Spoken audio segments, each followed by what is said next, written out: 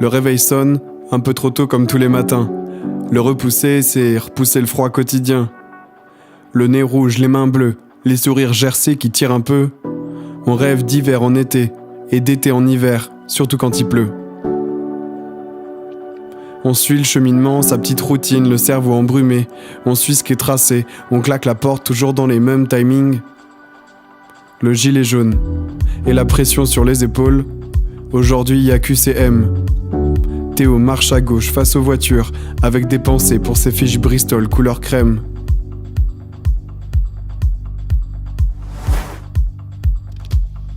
Léa est nouvelle dans le collège. Elle vient de déménager.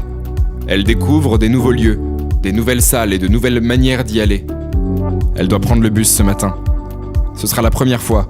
Avec ses parents, ils ont bien vérifié sur le site Aglobus hier soir les horaires et l'arrêt. C'est pas si compliqué. Moins que son devoir de maths. Elle a travaillé dessus toute la nuit. Hors de question qu'en plus d'être fatiguée, elle le rate. Il doit y avoir 1000 bus et 500 cars, qui passent à toute vitesse entre les feux rouges et les boulevards. Elle est un peu perdue pour trouver l'arrêt de cette ville qu'elle ne connaît pas. Les bus sont des géants. Elle aurait bien aimé avoir avec elle son Sancho Panza.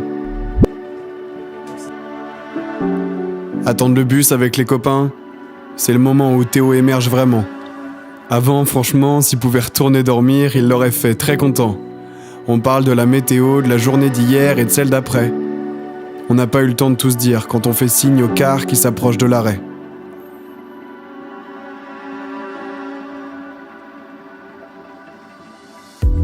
Théo monte à l'avant, comme d'hab, et dit bonjour, comme d'hab. Il voit sa petite place plus ou moins réservée et s'y installe. Ensuite, ça dépend de l'ambiance et des gens qui sont là. Il y a des humeurs, fous rires, des tristes et d'autres, écouteurs et chacun sa playlist. Il rassure Léa. C'est un bon prétexte pour lui dire des trucs à demi-mot. Il dit « J'ai un vélo » pour « On peut se voir quand tu veux » ou « On en parle ce soir » pour « Tu me manques déjà un peu ».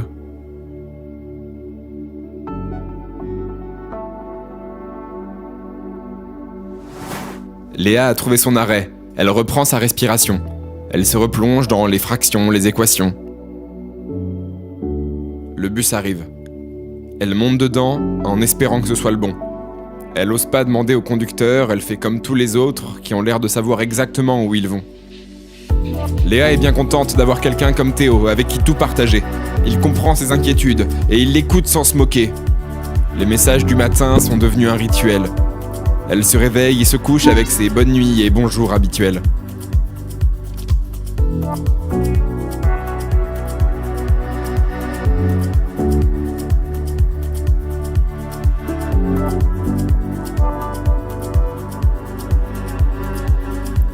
La journée est finie.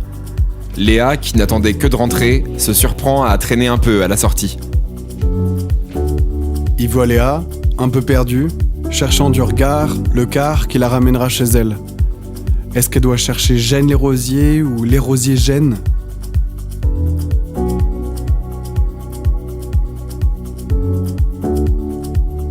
Ça sera la première fleur qu'il lui fera.